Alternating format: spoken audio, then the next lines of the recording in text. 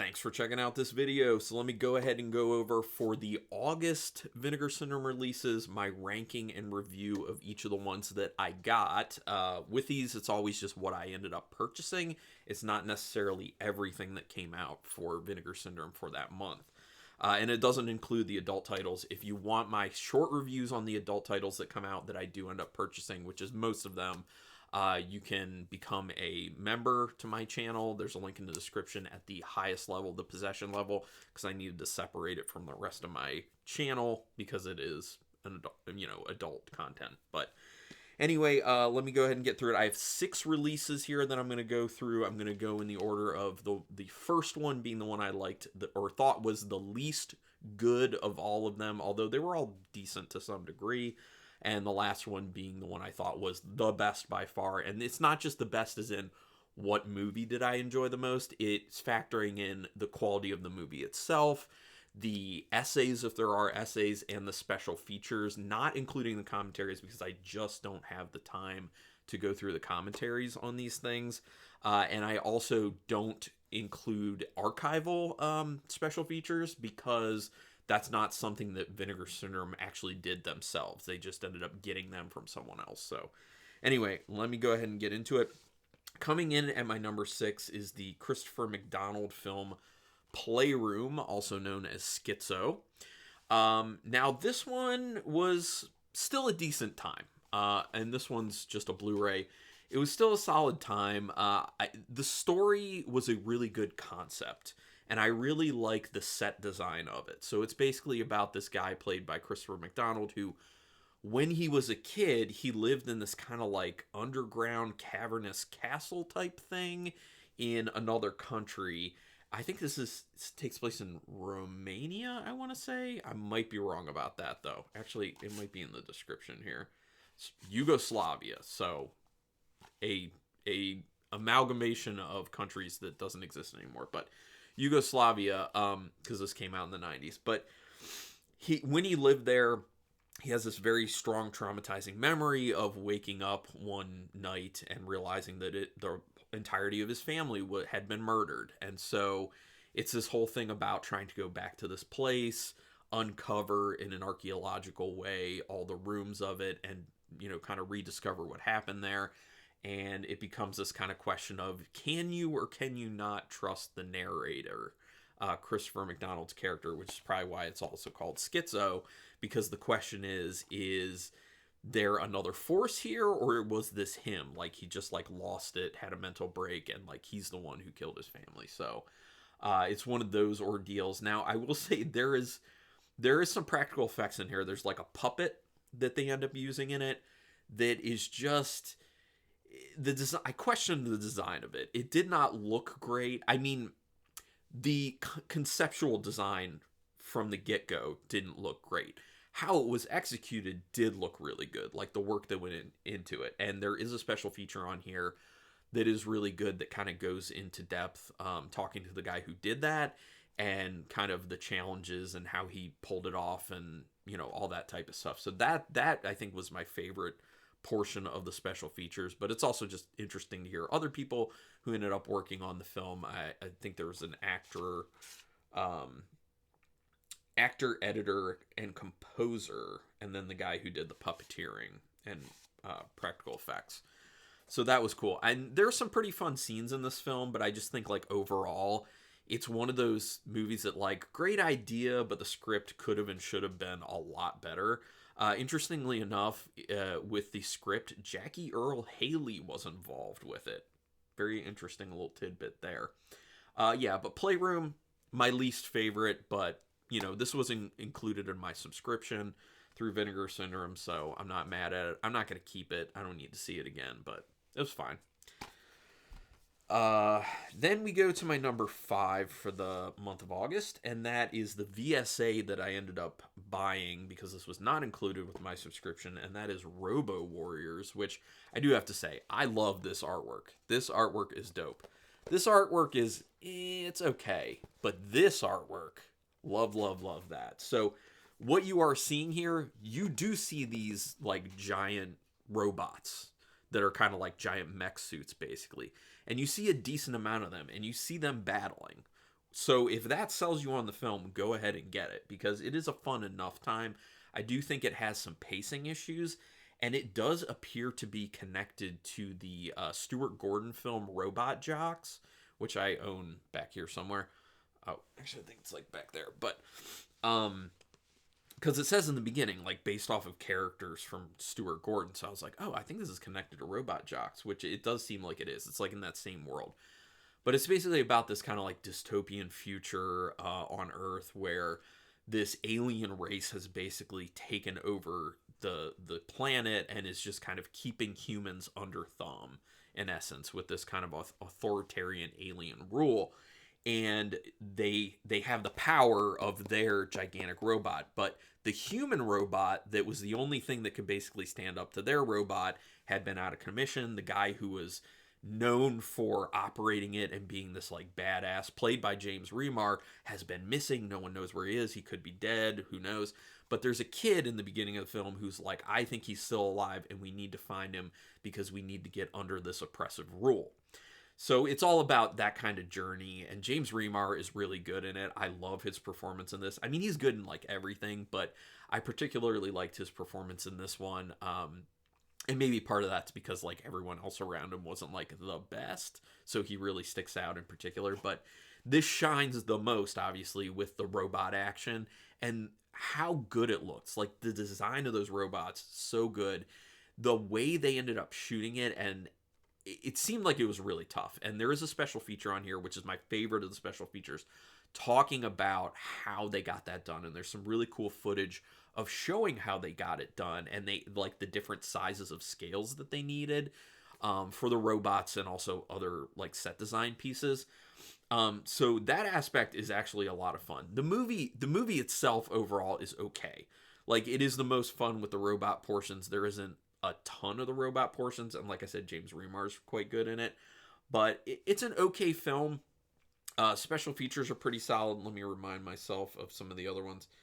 Yeah, I wanted a little bit more from the special features, but there were some decent ones. Like it's called The Footsteps of Giants, and that was it's just like a making of documentary that goes through, the practical effects a lot. And then there's just like a commentary track. So it was actually kind of like short on special features, and that's one of the reasons it's on the lower end for this month. But a fun enough movie. If it's your thing, I would recommend checking this one out. So Robot Warriors, my number 5. Now my number 4 was another one I had to purchase in addition to my subscription, and this was a cinematograph release. This one is Paul Morrissey's Mixed Blood. Now, if people don't know about Paul Morrissey, he worked with Andy Warhol, which gets talked about a lot in the special features and in the essays with this release, which is a very interesting aspect of the release, I will say. Like, talking about the relationship between Paul Morrissey and Andy Warhol, because, they worked together, and Warhol really bankrolled a lot of what Morrissey did as far as film goes. But Morrissey ended up, resenting that later on because people would just think, oh, this film had so much to do with Andy Warhol and Paul Morrissey just directed it, like whatever. So I think he got really salty about that, especially later in his life. But, he made these things possible with bankrolling it. So it's but it's just interesting to hear about that dynamic. But anyway, Mixed Blood, it's one of those films, it's a typical Paul Morrissey where like the acting is not good. It's going to be ridiculous. It's going to be downright crappy. So if you like that, like I typically do, you're going to find some enjoyment in the performances. And I did. Like, I really like how terrible these performances are. Literally, there's a special feature in here where where someone is talking about the main actor in it and how he had like no experience. He was cast just because of the way he looked, and he was just awful. And he is, but it ends up working for kind of like a so bad it's good film. But it's basically about New York City in the when was this, 80s, mid 80s, New York City, and it's about like drug gangs, drug peddling gangs in the Alphabet City portion of New York City who are, fighting for turf and customers. And yeah, it's one of those films that if you're big into just seeing like grimy, gritty, old school New York City landscape, you're gonna want to watch it for that, because there is a ton of that. Apparently they literally like went into like gang controlled territories and like drug addled territories and just like paid people to use these dilapidated buildings that just were there. So it's kind of like true to life with what it looked like. There were no sets involved with this. It was like on location. So there's that. The story is very lacking. There's not a whole lot to it. It basically is. There's an essay in this that compares it to Peter Pan in a way, which is very interesting.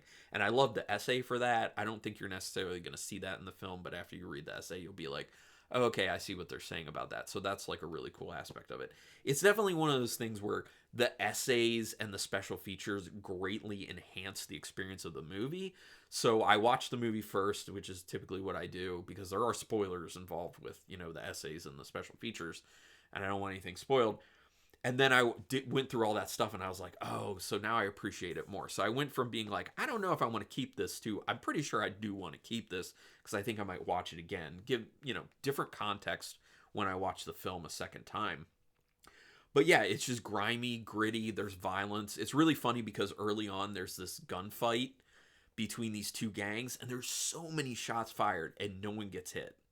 It's one of the funniest things to me, because I was just like, wow, no one can aim worth a damn. It's pretty ridiculous.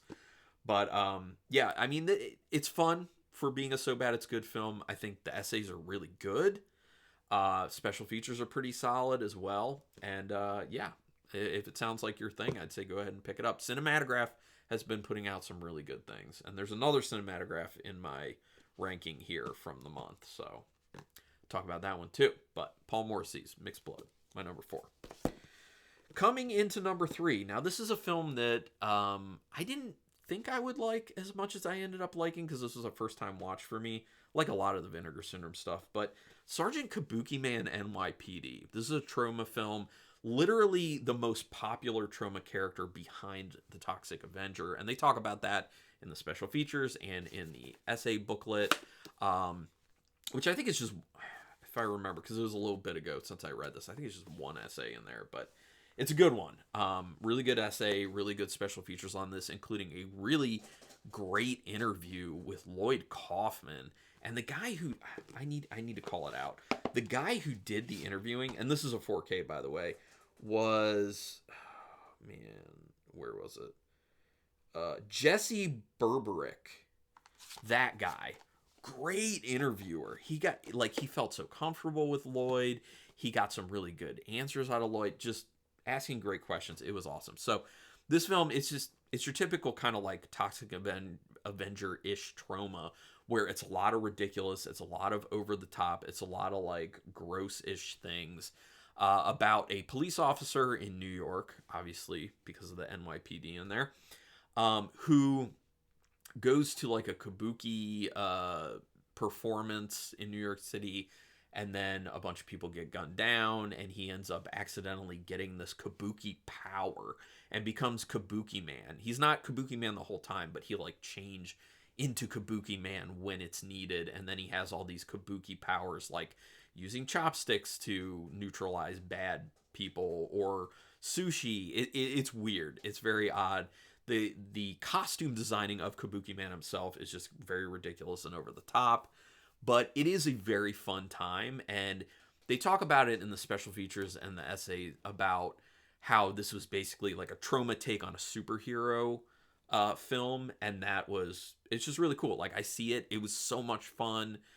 Great practical effects to it, especially at the ending. I just really enjoyed it. It was a very charming film, and I would definitely watch it again. I'm keeping this one for sure. There's also actually, I think there's more than one essay in here, because now I'm remembering. There's a really good essay in here about the relationship between Lloyd Kaufman and Stan Lee, and all the scripts that those two wrote together that are just unproduced, which is very interesting to think about. But also, if you hear about a bunch of rustling, sorry, it's my cat Josie. She's going buck wild in the blinds, as she does. But yeah, Sergeant Kabuki Man NYPD, this is a very good release in my opinion, and it looks really good in 4K, so that's my number 3 for August. Now coming into my number 2, and this was a 2-pack, and I didn't know how I was going to feel about this one, but I think it's a very good release. I don't know if these are movies that I'm going to watch again, though. So I might actually not.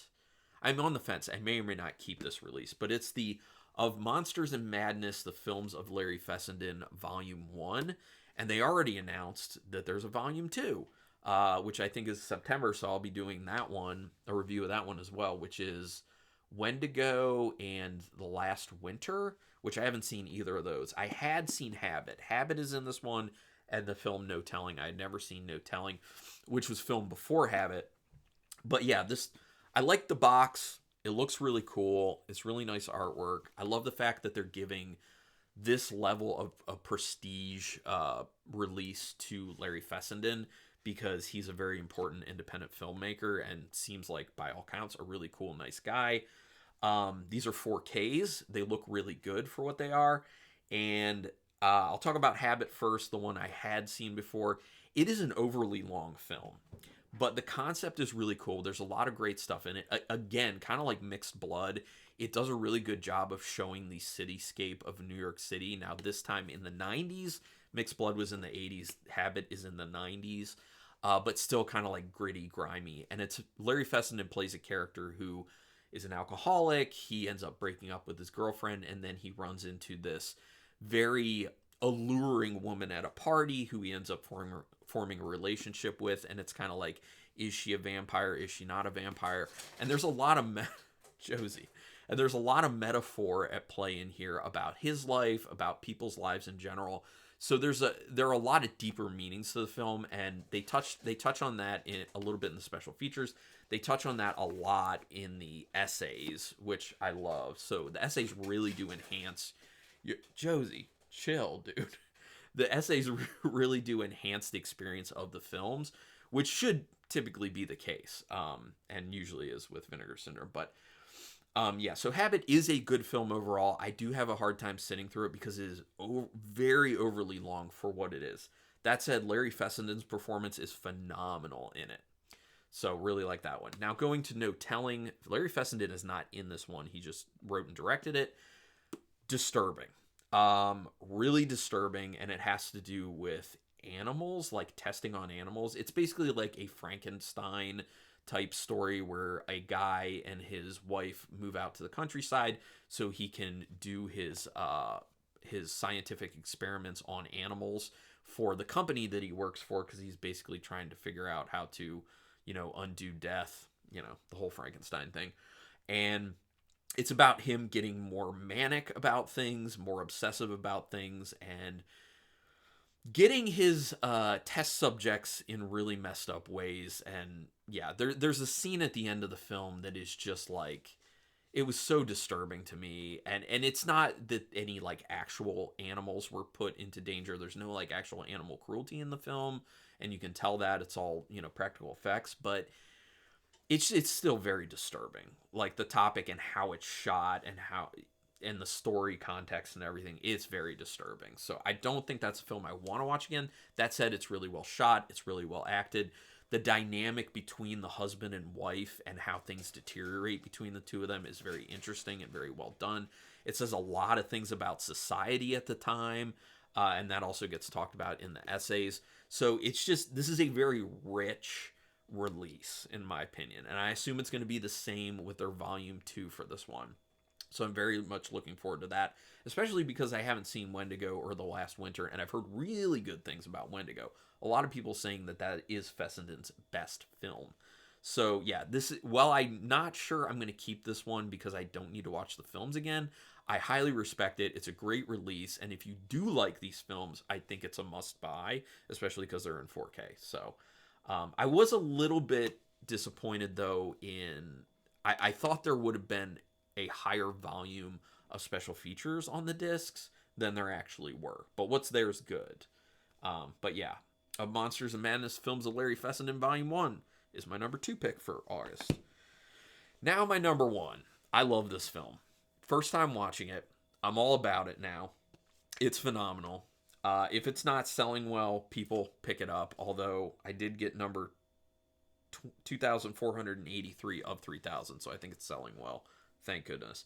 This is the other cinematograph release, The Woman Chaser. This one is awesome. So it is in black and white, and I know that'll turn some people off, but there is a color version on here as well, so you can just do that. I would recommend going with the black and white version though, because that was the original filmmaker's vision, basically. So this film is about a character played by Patrick Warburton, who does a phenomenal job. I mean, I've seen him in other stuff before, and he's always good. He's outstanding in this film, including handling some, like, one very long monologue and just crushes it. And there's an interview with him in the special features where he kind of talks about how challenging that was. So it was awesome hearing him talk about his experience with this film, especially because he is the centerpiece of the film itself. Like, it primarily is following him. He has so much screen time. So great that they got that interview. Plus, he's just a cool, interesting guy. So The Woman Chaser is basically about his character, who's a used car salesman, but he has bigger dreams. And he's also a terrible person who just basically uses people. So he wants to become a filmmaker.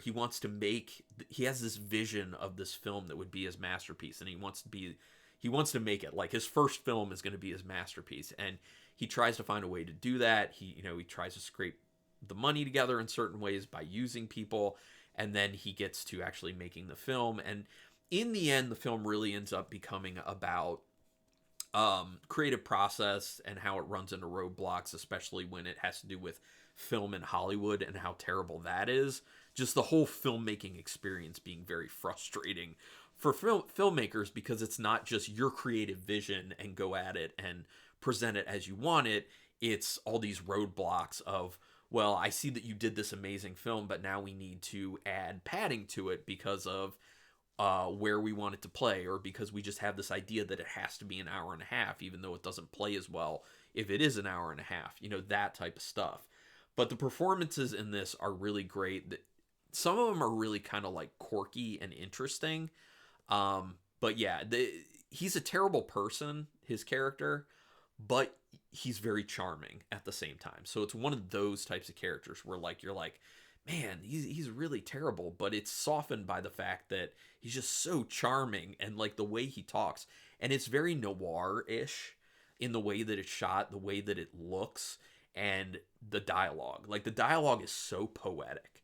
And this is just a phenomenal film that if you have not seen it, you must see this film. Even if you're not going to purchase this release, I would say just find it streaming somewhere and watch it, because it is 100% worth seeing if what I described to you sounds like something you'd be in it too.